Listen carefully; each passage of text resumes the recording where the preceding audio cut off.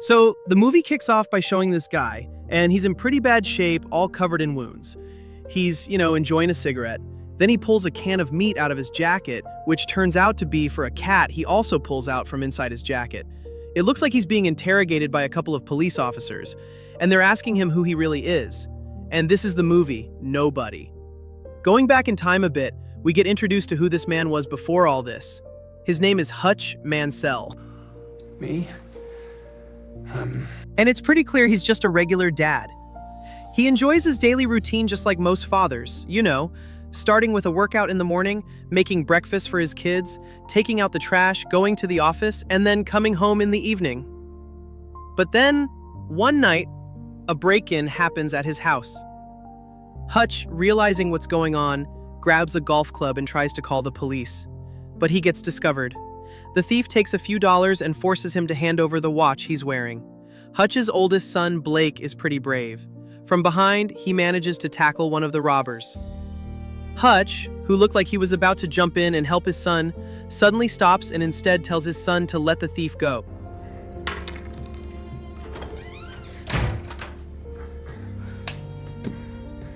What the fuck, Dad? A little while later, the police show up. And based on his son's story, one of the cops even suggests Hutch was a bit of a coward for not daring to swing the golf club he was holding. He just stood there.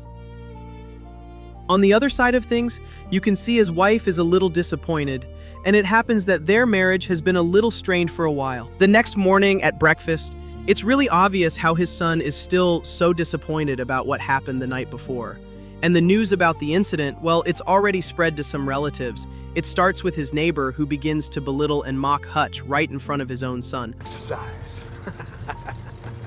Oh, and Hutch works as an auditor at a manufacturing company owned by his father-in-law. While at work, his brother-in-law Charlie comes by, and again, Hutch has to deal with unpleasant remarks about the incident. He's also handed a gun, which is then offered to Hutch for, self-defense. But Hutch feels he doesn't need it and instead puts the gun in the office refrigerator. Back in his workspace, you can see Hutch can't focus. He keeps remembering a tattoo on the robber's arm, so he decides to lock his door and turns on a radio, which, it turns out, connects him to an acquaintance whose name isn't mentioned. This contact asks him to explain what happened last night. Hutch begins his story describing the culprits with incredible detail, from their estimated age and gender to their motives, all based on intuition, their voices, and even the type of weapon they used. And it turns out the reason Hutch didn't fight back was that he saw clearly that the gun the robber was using, well, it had no bullets in it at all. Besides, what they stole wasn't much.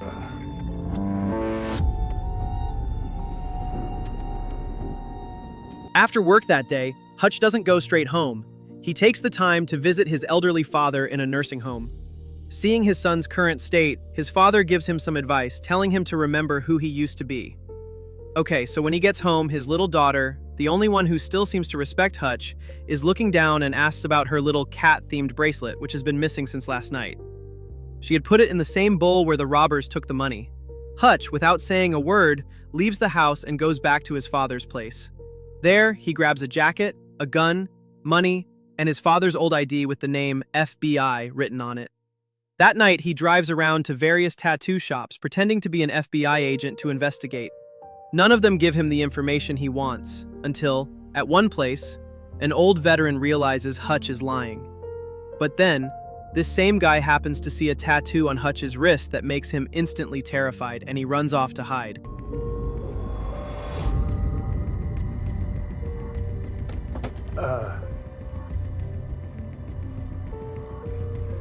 Thank you for your service. Hutch gets the address of the culprits and immediately goes into action. Emerging from the shadows, he confronts the robbers, a young husband and wife. While brandishing his weapon, an emotional Hutch demands his watch and, most importantly, his daughter's cat bracelet back. He's about to pull the trigger, but stops when he hears a baby crying from another room. It turns out the couple has a baby with health problems, which was likely the reason they were stealing. Hutch, still disappointed that he couldn't unleash his anger, goes home empty-handed. On the way, his bus stops because a car has blocked the road after hitting a barrier. 5 rowdy, half-drunk thugs get out of the car and arrogantly board the bus, starting to harass the other passengers. Hutch just gets this big smile on his face, seeing this as some kind of gift from God to replace the outlet for his anger he just missed. This girl's gonna get home safe tonight. Since Hutch hasn't been in action for a long time, he takes a few punches at first, and even gets stabbed with a knife. But as the fight goes on, his movements get sharper and he brutally takes down all 5 of the arrogant thugs. These thugs had no idea they were about to get completely destroyed by a middle-aged dad. When he gets home, his wife Rebecca finds him covered in wounds. While she's patching him up, Hutch tries to reminisce about their past, which now feels so distant. Rebecca herself doesn't say anything. From this, we understand that Rebecca knows, at least a little bit, about Hutch's past. Meanwhile, the film introduces a Russian man, about Hutch's age. He enters a club and joyfully dances with the performers. This man is Yulian Kuznetsov. Behind his relaxed demeanor, he's actually the man trusted to guard something called the Obshak, which manages laundered funds for major Russian mafias in America. A member of the Obshak comments on Yulian's style, saying he should maintain a more dignified presence like a typical mafioso. Yulian doesn't respond with words, but he immediately demonstrates a pretty brutal act. It turns out Yulian's younger brother, Teddy, was one of the 5 thugs Hutch sent to the hospital. In a mix of tears and anger, Yulian starts investigating how his brother ended up in this state. One of the other thugs shows him Hutch's bus pass, which he apparently found after the fight. Hutch, meanwhile, is enjoying breakfast with his family. He looks more confident and energized after releasing his anger yesterday. Morning. Hutch here. Last night. But then, the person he usually talks to on the radio suddenly calls him on his home phone. He warns Hutch about Yulian coming for him because of what he did. More specifically, he tells Hutch to come to a barbershop after work. That evening, at the barbershop, a man, unnamed but seems like an old acquaintance of Hutch's, gives him a file with detailed information on Yulian and an explanation of the Obshak. At the same time, Yulian, with the help of his skilled hacker, gets Hutch's address, including his father's. But besides that, he can't find anything else, as if it's all been hidden. The hacker is finally forced to ask a contact at the Pentagon to access the confidential file for Hutch Mansell. On the Pentagon server, the file on Hutch Mansell is still highly classified, so much so that the contact has to go to a special section of the archives. After learning about Hutch's background, the hacker is terrified and tells Yulian to never contact him again. Come out, no need to pay. Good luck. That night, while Hutch is having dinner with his family, Yulian's men show up, heavily armed. He immediately tells his wife and kids to hide in the basement, in a room which it turns out Hutch had hidden from his family all along. It has a sophisticated locking system. Hutch begins his counterattack by cutting the power to his house. He takes out the intruders one by one as they enter the house. After a struggle, Hutch is knocked unconscious and handcuffed in the trunk of a vehicle. They don't kill him right away because Yulian wants him alive.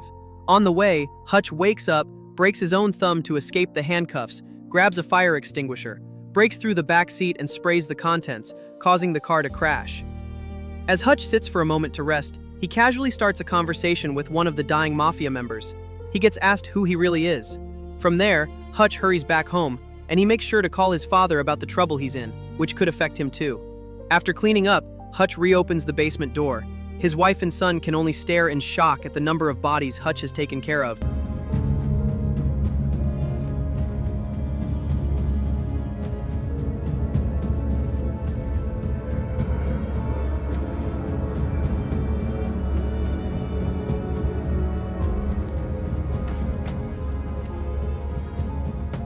He's forced to tell his wife to take the children and leave until the problem is solved.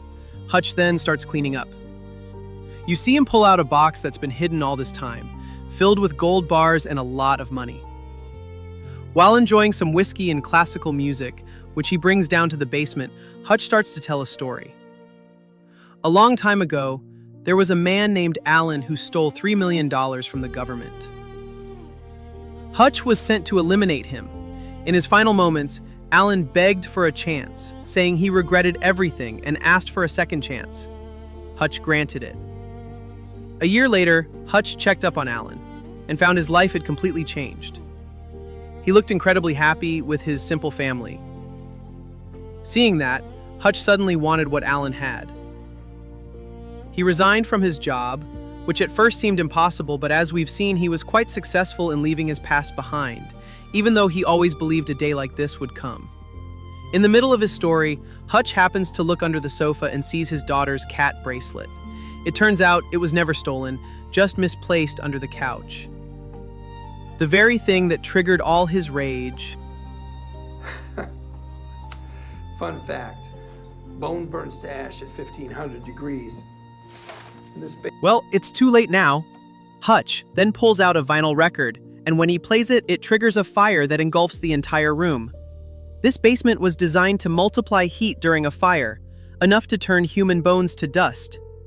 Leaving the house, Hutch steals his show-off neighbor's car and rushes to meet his father-in-law. At the same time, two large men sneak up on Hutch's father, who is sleeping. These two mafia guys are too relaxed. They have no idea this old man is even more ruthless than Hutch. At the factory, Hutch lays out all the gold bars he had stored as an offer to buy the company, which his father-in-law had wanted to sell for a while anyway. The amount is fantastic, and his father-in-law agrees immediately.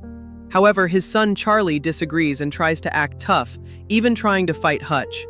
The next day, Hutch closes the factory, and using only the raw materials available, he builds and sets up various traps around the facility. After setting the traps, the mysterious person who usually contacts Hutch gets in touch again. He warns him to hold back and avoid more trouble, or everything he's built will be for nothing. But Hutch has already made up his mind. From their conversation, we learn that this mysterious person is actually Hutch's brother Harry, who was in a photo we saw earlier. That night, Hutch goes to the Ob Shack. This time, he doesn't come empty-handed. maybe.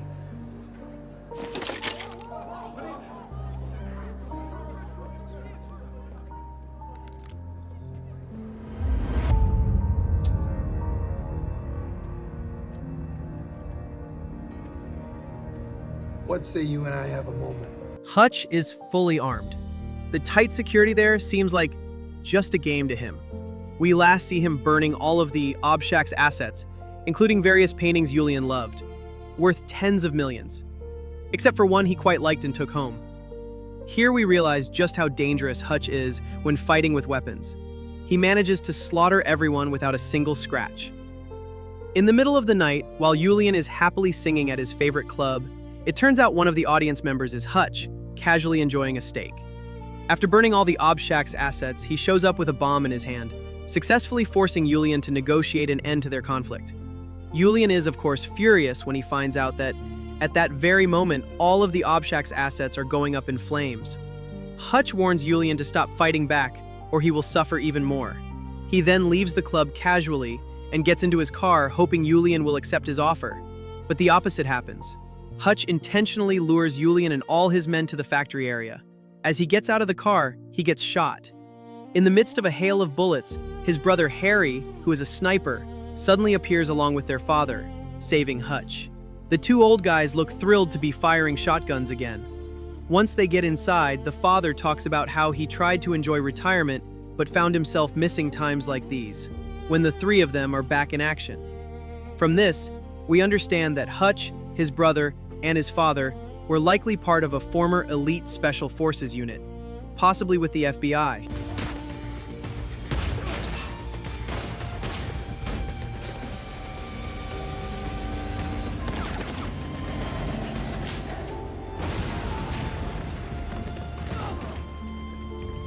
Julian, after regaining consciousness, rejoins the fight and manages to injure Harry. Although now it's only Julian left, the trio of assassins is out of bullets. Hutch then pulls out a bomb he had saved and attaches it to a glass shield. In a reckless move, he manages to finish off Julian just before the police arrive at the scene. Harry and his dad say their goodbyes. Hutch doesn't forget to thank them for their much-needed help. Hutch then tries to call his wife, but she doesn't answer. He ends up leaving a voicemail, apologizing and thanking her for the chance she gave him all those years. He also begs for another chance to start everything over from scratch, and now, we are finally back at the beginning of the movie, which explains why Hutch was covered in wounds. When asked about who he is, Hutch just answers. A moment later, the two police officers interrogating him get a special call with an order to release Hutch, which only leaves them more stunned. So, who exactly was the man they were interrogating? Sometime later, we see Hutch and his wife looking at a house they plan to live in. While they're happily looking around, the real estate agent gets a mysterious phone call from someone who is actually looking for Hutch. After hanging up, the couple asks the most important question before buying a house. And with that, the film ends. In an end credits scene, there's actually an extra bit where Harry and Hutch's dad are on a road trip with a vehicle full of weapons. It's possible this movie might have a sequel. We'll just have to wait and see, and hopefully, it will be even more exciting. Thanks for watching, and see you in the next film recap. Don't forget to comment, like, and subscribe.